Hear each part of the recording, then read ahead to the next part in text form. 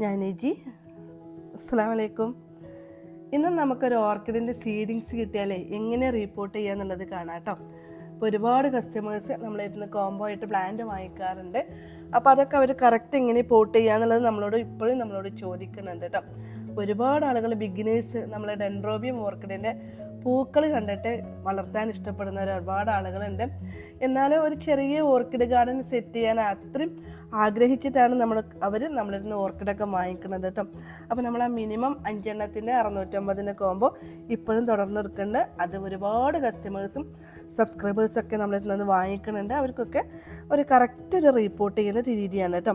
അപ്പോൾ ഇതുപോലെയാണ് നമുക്ക് 5 സീഡിങ്സ് നമ്മൾ ടാഗുള്ള ഡിഫറെൻറ്റ് കളേഴ്സ് പ്ലാന്റ് നമ്മൾ ഓൺലൈനായിട്ട് സെയിൽ ചെയ്യുന്നത് കേട്ടോ.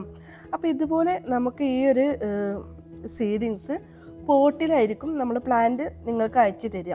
അപ്പോൾ ഫസ്റ്റ് എന്താണെന്ന് വെച്ചാൽ ആ സീഡിങ്സിൻ്റെ പോട്ട് റിമൂവ് ചെയ്യാൻ മറക്കരുത് കേട്ടോ.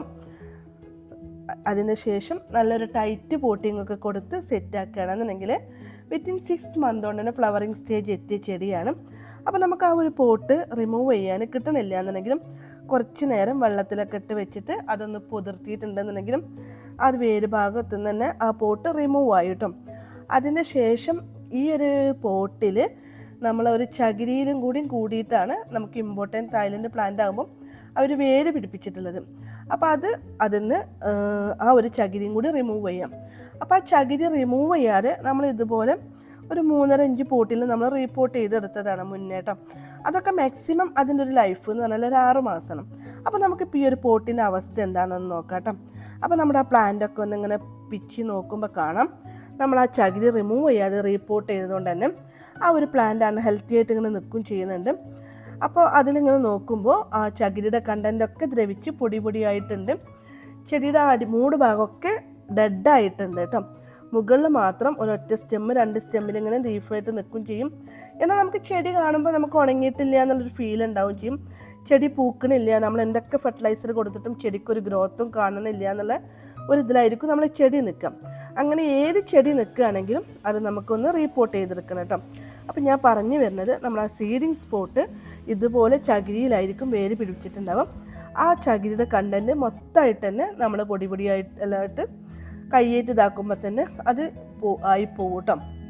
അപ്പോൾ എപ്പോഴും ഈ ഒരു ഓർക്കിഡ് സീഡിങ്സ് റിപ്പോർട്ട് ചെയ്യുമ്പം ബിഗിനേഴ്സൊക്കെ ആണെന്നുണ്ടെങ്കിൽ കുറച്ച് വേര് പിടുത്തം കിട്ടാൻ റിസ്ക് ആണെങ്കിലും ഇതായിരിക്കും കുറച്ചും കൂടി ബെറ്റർ.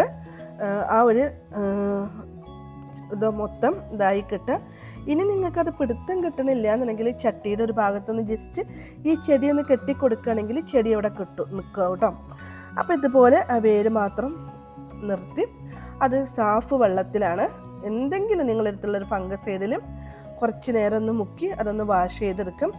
അതിന് ശേഷം ഞാൻ നമ്മുടെ കൊക്കോ ഫൈബർ ഉണ്ട്, നമ്മുടെ ചകിരി നാര്, അത് നിങ്ങൾക്ക് കിട്ടണില്ല എന്നുണ്ടെങ്കിൽ നമ്മുടെ വീട്ടിൽ തേങ്ങ പൊളിച്ചിട്ടുള്ള ചകിരിയുടെ ആ ഒരു ചോറ് കളഞ്ഞിട്ട് നാര് പാത്രം എടുത്തിട്ടുണ്ടെന്നുണ്ടെങ്കിലും ഇത് നമുക്ക് റിപ്പോർട്ട് ചെയ്യാനുള്ള ചകിരിയൊക്കെ കിട്ടും. നമ്മളെ വീട്ടിൽ ഒരുപാട് തേങ്ങയും ചകിരിയൊക്കെ ഉള്ള നമ്മളെ കേരളീയരല്ലേ, അപ്പോൾ ഉണ്ടാവും എങ്ങനെയെങ്കിലും തൊടുവിലൊക്കെ തേങ്ങ. അതിൻ്റെ ആ ചകിരിയുടെ നാര് മാത്രം എടുത്തിട്ട് ആ ഒരു ചോറ് കളഞ്ഞിട്ട് എടുത്താൽ മതി കേട്ടോ.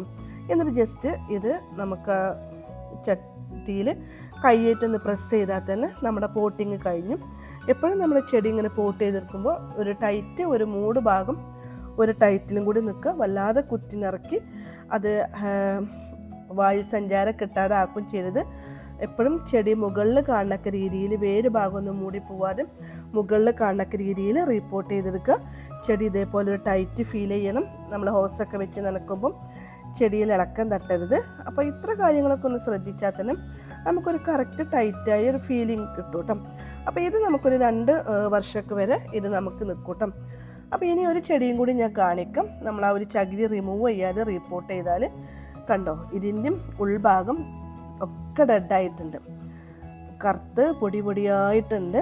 അപ്പോൾ മുന്നൊക്കെ നമ്മൾ 6 മാസം കഴിഞ്ഞ് രണ്ടാമത് റിപ്പോർട്ട് ചെയ്യുന്ന ടൈമില്ലാത്തതുകൊണ്ടൊക്കെ അതേപോലെ റിപ്പോർട്ട് ചെയ്തിട്ടുള്ള ഒത്തിരി പ്ലാന്റുകൾ ഇപ്പോൾ നമ്മളെടുത്തുണ്ട്. അപ്പോൾ അതൊക്കെ നമ്മളിങ്ങനെ റിപ്പോർട്ട് ചെയ്ത് വരികയാണ് കേട്ടോ. അപ്പോൾ അതിൻ്റെയൊക്കെ അവസ്ഥയാണ് ഇത് കാണിച്ചത്. അപ്പോൾ അതിലുള്ള ഡെഡായി പോയിട്ടുള്ള റൂട്ടുകളൊക്കെ ഇതുപോലെ ഒരു കത്രിക വെച്ച് നല്ലതായിട്ട് കട്ട് ചെയ്ത് വെള്ളത്തിലൊക്കെ ഇട്ട് വാഷ് ചെയ്ത് സാഫ് വെള്ളത്തിലൊക്കെ കുറച്ച് നേരം ഇട്ട് വെച്ച് നല്ല ഹെൽത്തി ആയിട്ടുള്ള റൂട്ട് ഭാഗം മാത്രം നിർത്തി ഡയ റൂട്ടുകളൊക്കെ റിമൂവ് ചെയ്ത് അതിന് ശേഷം ഇതുപോലെ കുറഞ്ഞ നേരം സാഫ് ഫംഗസൈഡിൽ നന്നായിട്ടൊന്ന് ഇട്ട് വെച്ചതിന് ശേഷമാണ് നമ്മൾ റീപോർട്ട് ചെയ്തെടുക്കുന്നത് കേട്ടോ. നമ്മൾ എന്തിനാണോ നമ്മൾ പോട്ട് ചെയ്യാൻ എടുക്കണ മീഡിയം വെച്ചാൽ ആ ഒരു മീഡിയം നമ്മൾ കുറഞ്ഞ നേരം സാഫിലൊക്കെ ഇട്ട് വെച്ചിട്ട്, അപ്പോൾ ഞാനിത് സെയിൽ പ്ലാന്റ് ആയതുകൊണ്ട് തന്നെ നമ്മുടെ ഈ ഒരു 3.5 പോട്ടിലാണ് നമ്മൾ റീപോർട്ട് ചെയ്തെടുക്കുന്നത് കേട്ടോ. അപ്പോൾ എപ്പോഴും ഒരു ചെടി നല്ലൊരു കറക്റ്റ് പോട്ടിംഗ് ഒക്കെ കൊടുക്കുകയാണെന്നുണ്ടെങ്കിലും നല്ല ഹെൽത്തി ആയിട്ടുള്ള പ്ലാന്റ് കിട്ടും ചെയ്യും, നമുക്ക് പ്രോപ്പറായിട്ട് പൂക്കൾ തരും ചെയ്യും. പിന്നെ നമ്മൾ അതിനനുസരിച്ചിട്ടുള്ള വളങ്ങളും കൂടി കൊടുക്കുകയാണെന്നുണ്ടെങ്കിൽ നമുക്ക് ഏത് ടൈമിലും ഓരോ ഓർക്കിഡ് കുഞ്ഞ് ഗാർഡനൊക്കെ സെറ്റ് ചെയ്ത് പല കളത്തിൽ പല നിറത്തിൽ പല കളറിൽ നമുക്ക് പൂക്കളൊക്കെ ഇതുപോലെ പൂത്ത് വിട്ടു കേട്ടോ. അപ്പോൾ കുറച്ച് കാര്യങ്ങളൊക്കെ ഒന്ന് ശ്രദ്ധിക്കുകയാണെന്നുണ്ടെങ്കിൽ ഒരു ഓർക്കിഡ് ഗാർഡന് നിങ്ങൾക്ക് സെറ്റ് ചെയ്തെടുക്കാം. വല്ല ഡൗട്ട്സ് ഉണ്ടെങ്കിൽ നിങ്ങൾക്ക് എന്നെ വിളിച്ച് അന്വേഷിക്കാം. ഈ സെയിം നമ്പർ തന്നെയാണ് എൻ്റെ കോൺടാക്റ്റ് നമ്പർ. ഇൻഷാ അല്ലാഹ്.